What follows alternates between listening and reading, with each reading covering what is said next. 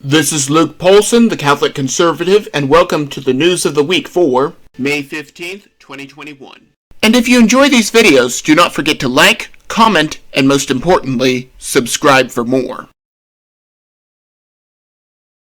Jenner is a very interesting individual. Jenner does not believe that biological males should be competing with biological females in sports, gaining the ire of liberals. The fact that Jenner is transgender earns the ire of conservatives. However, now Jenner is running to replace Newsom as governor of California, starting with this ad. California was once the envy of the world. We had what everyone else wanted. The American dream grew up here. Yet career politicians and their policies have destroyed that dream. It's been locked away, closed, shuttered, left in the dark, burned down. The government is now involved in every part of our lives. They've taken our money, our jobs, and our freedom. The crux of Jenner's platform seems to be that people should just be allowed to live their own lives without government intervention. This 4-year virus has lasted longer than any other, and although Democrats tried to use it to attack Trump, the result is the exact opposite. People are waking up to see that government control did not protect us, and only made the problem worse. States that stayed open are just as safe as those that remained closed. If Jenner can speak to this during the campaign, California might just come back. There are job openings all over the country because of the jobs lost as a result of the pandemic. This is without mentioning all of the businesses that had to close down forever so that the big businesses could come in and get all of their profits. However, not all of the jobs are being filled very quickly. The mainstream media is blaming the fact that people do not want to work for slave wages. However, the problem is even more dangerous than that. Throughout the 2020 election, we kept hearing about UBI, or Universal Basic Income. This is essentially a welfare check for every American just for existing. With the checks going out for COVID relief that did not fix anything at all, a lot of people do not want to go back to work. Ilhan Omar, rather than working for the American people, is now apparently a mouthpiece for the Hamas terrorist group. They launch missiles into Israel every day, and then when Israel retaliates, they hide in civilian centers. When the IDF tries to take out missile launchers, they are on playgrounds or near hospitals. As a result, taking them out would mean civilian casualties, and that is all the world would see. This leaves the protection largely up to the Iron Dome. If a missile does breach the dome, I cannot imagine a person so heartless that they would side with terrorists who kill civilians.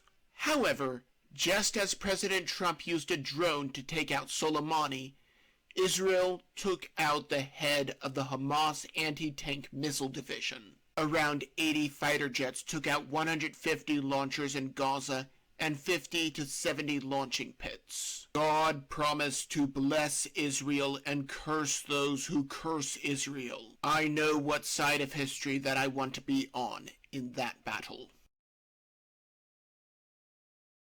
Beijing Biden does not have the slightest clue as to what he is doing, and I doubt that he ever has. The decisions that are being made now are being made by the deep state, and if things go wrong, and they are, Democrats can just break ranks with Biden and find a new person to follow. And that is exactly what is happening over the border. Democrat senators are breaking ranks with Biden since the border crisis is only getting worse. There are more border apprehensions now because Biden refuses to enforce border laws and promises lots of free stuff. Kamala Harris is still refusing to go down to the border. Will we see more of a Dexit? Only time will tell. Liz Cheney is one of the handful of rhinos that voted to impeach President Trump without a single shred of evidence. She has been removed from party leadership, and I will not be shedding a single tear for that worthless woman. She is the daughter of the neocon Dick Cheney, who helped to perpetuate the weapons of mass destruction lie and hurtled us into an endless war. However, when President Trump tried to end this forever war, he was attacked to no end. Many Republicans are threatening to form their own party if Trump is not denounced. But President Trump is still the face of the Republican Party because of how much evil he revealed about the Democrats.